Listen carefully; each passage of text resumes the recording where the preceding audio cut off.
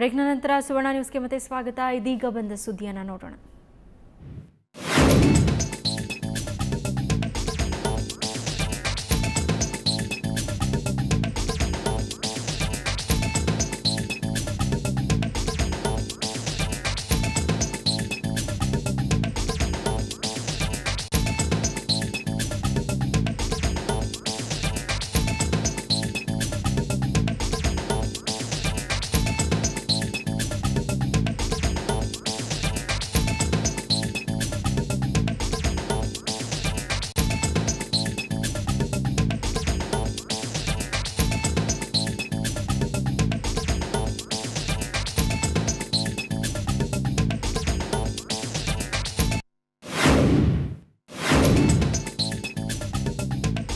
ನೂತನ ಪೋಪ್ ಆಗಿ ಪೊಪೆಲ್ ಕಾನ್ಕ್ಲೇವ್ ಅನ್ನ ನೇಮಕ ಮಾಡಲಾಗಿದೆ. 115 ಸದಸ್ಯರ ತಂಡ ನೂತನ ಪೋಪ್ ಅನ್ನ ಆಯ್ಕೆ ಮಾಡಿದ್ದು ಪೊಪೆಲ್ ಕಾನ್ಕ್ಲೇವ್ ಅನ್ನ ಇದೀಗ ನೂತನ ಪೋಪ್ ಆಗಿ ನೇಮಕ ಮಾಡಲಾಗಿದೆ.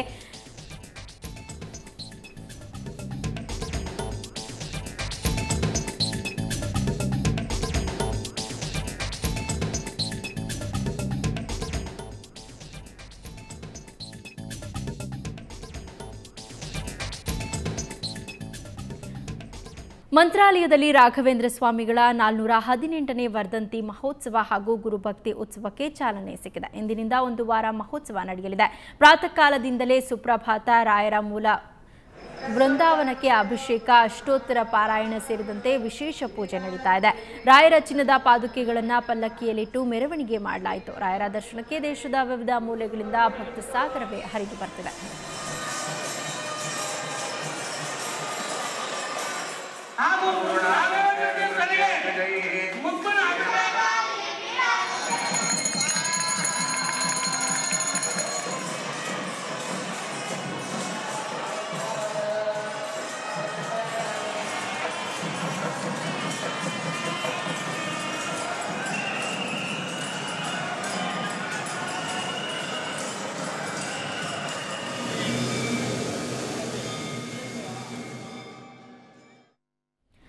ಇನ್ನು ದೈನಂದಿನ ರಾಜಕೀಯ ಬೆಳವಣಿಗೆ ಬಗ್ಗೆ ಜನ ಹೇಗೆ ಮಾತಾಡ್ಕೊಳ್ತಾರೆ ಅನ್ನೋದನ್ನ ಜಗಲಿಕಟ್ಟೆಯಲ್ಲಿ ನೋಡ್ತಾ ಈ ಹೊತ್ತಿನ ಸುದ್ದಿಯನ್ನು ಮುಗಿಸ್ತಾ ಇದ್ದೀನಿ. ನೇರಾದಿಟ ನಿರಂತರ ಸುದ್ದಿಗಾಗಿ ನೋಡ್ತಾ ಇರಿ ಸುವರ್ಣ ನ್ಯೂಸ್.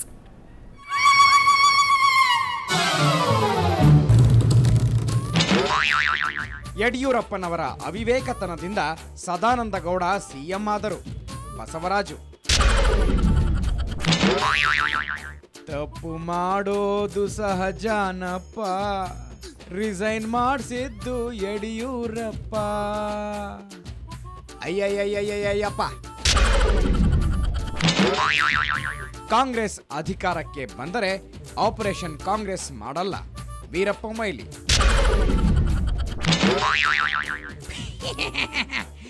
ಕಾಂಗ್ರೆಸ್ ಆಪರೇಷನ್ ಸಕ್ಸಸ್ ಆದ್ರೆ ಪೇಷಂಟು ಡೆಡ್ ಅಂತಿದ್ದಾರಪ್ಪ.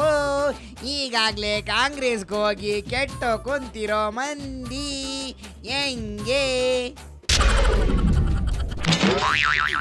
ಕ್ಷೇತ್ರಕ್ಕೆ ಅನುದಾನ ನೀಡದ ತಮ್ಮದೇ ಸರ್ಕಾರದ ವಿರುದ್ಧ ಶಾಸಕ ಎಂಪಿ ಕುಮಾರಸ್ವಾಮಿ ಧರಣಿ.